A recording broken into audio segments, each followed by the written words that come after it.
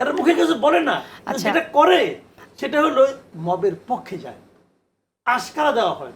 Government আশকারা দিচ্ছে, mob হচ্ছে। সেই যে এনসিপির যে ছাত্র সংগঠন আছে তার যুগ্ম সদস্য সচিব, তার বিরুদ্ধে কোনো অ্যাকশন নেওয়া হয়েছে।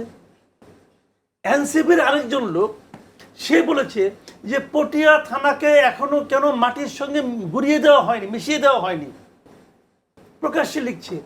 চট্টগ্রামের যে উদাহরণটা তুললেন সেখানেও কিন্তু অভিযোগ আছে যিনি গেছেন তিনি ইন্টারভিউ বোর্ডে পর্যন্ত কি করে গেলেন সেটা আছে। সিইসি সাবেক সিইসি নুরুল হুদার ক্ষেত্রেও কিন্তু এই প্রসঙ্গটা আছে, ওনাকে এতদিন কেন গ্রেফতার করা হয়নি। তো আমি আসবো আপনার কাছে, আমি একটু মাসুদ কামালের কাছে শুনে নিতে চাই। মাসুদ কামাল, আপনি কি মনে করেন যে আসলে এই ধরনের ঘটনা বাড়ছে কেন, বন্ধ করা যাচ্ছে না কেন? বন্ধ করার চেষ্টা হচ্ছে না, কাজে বন্ধ হচ্ছে না। কি কি চেষ্টা প্রয়োজন যদি আপনি একটু খুলে বলেন। আইন অনুযায়ী চেষ্টা করতে হবে, কারণ আপনি একটা জিনিস লক্ষ্য করেন, পটিয়ার যে ঘটনাটা, পটিয়ার ঘটনাটাতে একজন ছেলেকে তারা ধরে আনলো, বললো এই ছেলেটা ছাত্রলীগ করে, এবং তাকে পিটাতে পিটাতে হাসপাতাল আপনার থানা পর্যন্ত নিয়ে আসা হলো, বললো তাকে গ্রেপ্তার করতে হবে। ওসি বললেন যে তাকে আমরা গ্রেপ্তার করবো কিসের, তার বিরুদ্ধে তো কোনো মামলা নেই, এবং সে কিন্তু পটিয়ার ছেলেও না, অন্য একটা জায়গা থেকে সে পটিয়ায় বেড়াতে এসেছিল। এবং ওসি ওইখান থেকে তার যে এলাকা যেখানে, সেখানে সে ফোন করেছেন যে ওর নামে কোনো মামলা আছে কিনা, তারাও বলছে তার নামে কোনো মামলা নেই। এখন তার নামে কোনো মামলা নেই, তাকে আমি গ্রেপ্তার করব কেন? এই ছিল বিরোধের জায়গাটা। ছাত্ররা বলেছে, ছাত্র মানে যারা গিয়েছিল ওখানে তারা বলছে না, গ্রেপ্তার করতে হবে, কারণ সে ছাত্রলীগ করে।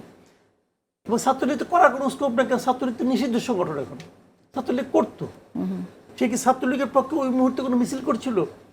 ছাত্রলীগের পক্ষে ওই মুহূর্তে সে কোনো বক্তব্য দিচ্ছিল? সে শহীদ মিনার এলাকায় ছিল, ওখান থেকে তারা ধরে নিয়ে আসছে। এখন এটা কেন করলো না, এটাকে কেন্দ্র করে দুই পক্ষে কথা কাটাকাটি এবং থানায় ভাঙচুর করা হয়েছে। দেখলাম ছবি টবি, থানায় ভাঙচুর করা হয়েছে, পুলিশ লাঠিচার্জ করছে, 19 জন না কজন আহত হয়েছে। এখন এটা বিভিন্ন কারণে কিন্তু হতে পারে। আপনি কি করলেন? আপনি ওসিকে প্রত্যাহার করে নিয়ে আসলেন।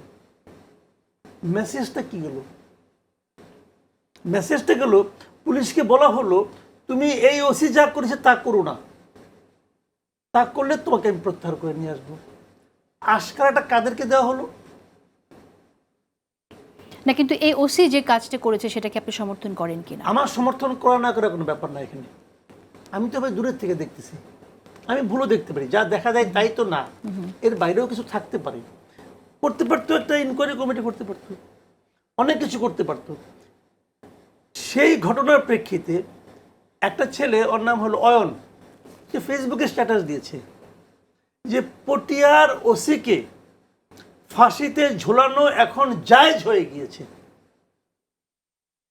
আমি একটা স্ট্যাটাস দিলাম আপনার ব্যাপারে যে আপনি এমন এমন প্রশ্ন করেন, আপনাকে ফাঁসিতে ঝোলানো এখন জায়েজ হয়ে গিয়েছে। এটা বলার মাধ্যমে আমি কি কিছু লোককে আপনার বিরুদ্ধে উস্কে দিচ্ছি না? এটা কি একটা ক্রিমিনাল অফেন্স কিনা আপনি আমাকে বলেন।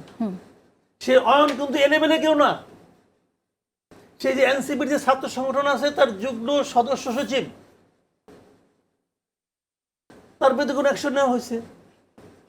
এনসিপির আরেকজন লোক সে বলেছে যে পটিয়া থানাকে এখনো কেন মাটির সঙ্গে গুড়িয়ে দেওয়া হয়নি, মিশিয়ে দেওয়া হয়নি, প্রকাশ্যে লিখছে। তার ব্যাপারে কোনো অ্যাকশন নেওয়া হয়েছে? হয়নি তো নেওয়া। আচ্ছা, আমরা এই ব্যাপারে এগুলি কি আইনের মধ্যে পড়ে না? আপনি বলবেন যে না আমরা জুলাই বিপ্লবের মাধ্যমে আসছে, আমরা কোনো আইন মানি না, বলতে পারেন ভাই, আপনি আপনার হাতে ক্ষমতা আছে, বলতেই পারেন, কোনো সমস্যা নাই। তাহলে আমাকে তাহলে বলতে হবে যে সে কোনো আইনের শাসন নাই, অথচ একটা আইনের শাসন কায়েম হবে। এই জন্যই তো 8 তারিখে 8ই আগস্ট একটা সরকার গঠিত হয়েছিল। 5 তারিখে শেখ হাসিনা চলে গেল, তারপরে 3 দিন দেশে কোনো সরকার ছিল না। 8 তারিখে একটা 3 দিন কি দেশ চলে নাই? চলছে তো। 3 দিনের মধ্যে আরেকটা গভর্নমেন্ট আনার দরকারটা পড়লো কেন? দরকারটা পড়লো এই কারণে, দেশে তারা একটা আইনের শাসন কায়েম করবে, একটা অথরিটি থাকবে, যে অথরিটি বলবে এই কাজটা ঠিক, এই কাজটা করা যাবে, এই কাজটা করা যাবে না। এটা তো কিছুই বলে না, এটা মুখে কিছু বলে না। যেটা করে সেটা হলো মবের পক্ষে যায়, আশকারা দেওয়া হয়। গভর্নমেন্ট আশকারা দিচ্ছে, মব হচ্ছে।